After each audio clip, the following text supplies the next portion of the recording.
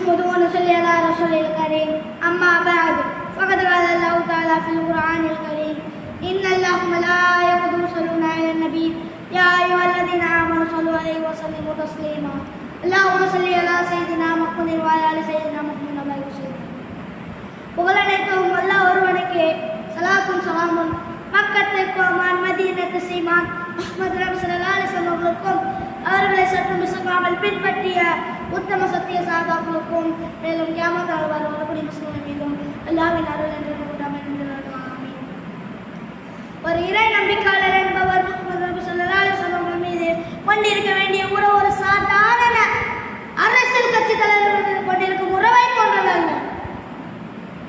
அவனது தாய், தந்தை, மனைவி, மக்கள் மற்றும் உலக மக்களின் யார் மீது கொண்டிருக்கும் உறவு, அன்பை, பாசத்தை விடவும் முஹம்மது நபி ஸல்லல்லாஹு அலைஹி வஸல்லம் அவர்கள் மீது கொள்ள வேண்டிய அன்பு உயிருக்கு மேலாக இருக்கும்.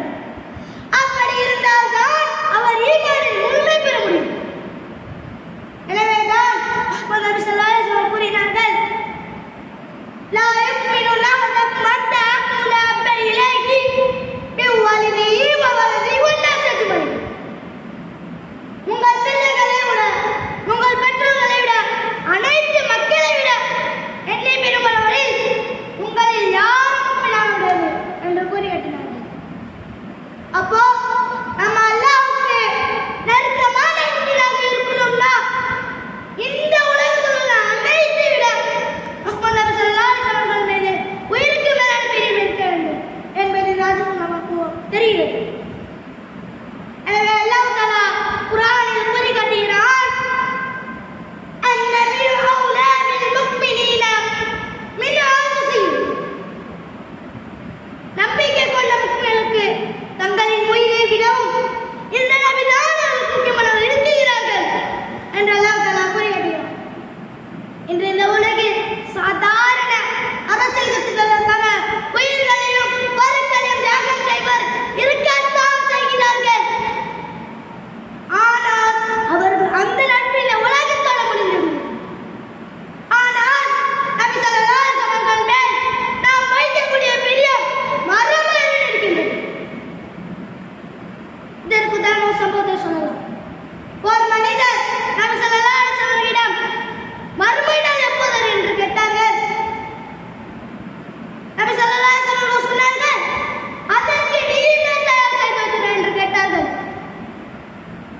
அம்மனிதர் சொன்னார், அல்லாஹ்வையும் அல்லாஹ்வின் தூதரையும் என்பதை தவிர எதுவுமே என்று பதில் அளித்தார். அதற்கு நபி ஸல்லல்லாஹு அலைஹி வஸல்லம் சொன்னார்கள், நீ நேசித்தார்கள் நான் நம்மில் இருப்பேன் என்று சொன்னார்கள்.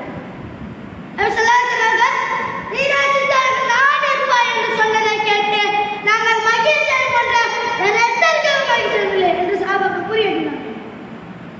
நீ நேசித்தவர்கள் நான் இருப்பேன் என்று சொன்னதை கேட்டு நாங்கள் மகிழ்ச்சியை கொண்ட வேற எதற்கும் மகிழ்ச்சியில்லை என்று சொல்கிறார்கள் என்றால் நாம் சிந்தித்து பார்க்க வேண்டும்.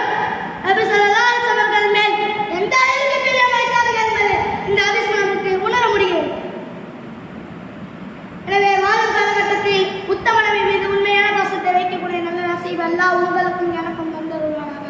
வாஹி தவானா அல்ஹம்துலில்லாஹி ரப்பில் ஆலமீன். அஸ்ஸலாமு அலைக்கும் வரஹ்மத்துல்லாஹி வபரகாத்துஹு. வலைக்கும் சலாம்.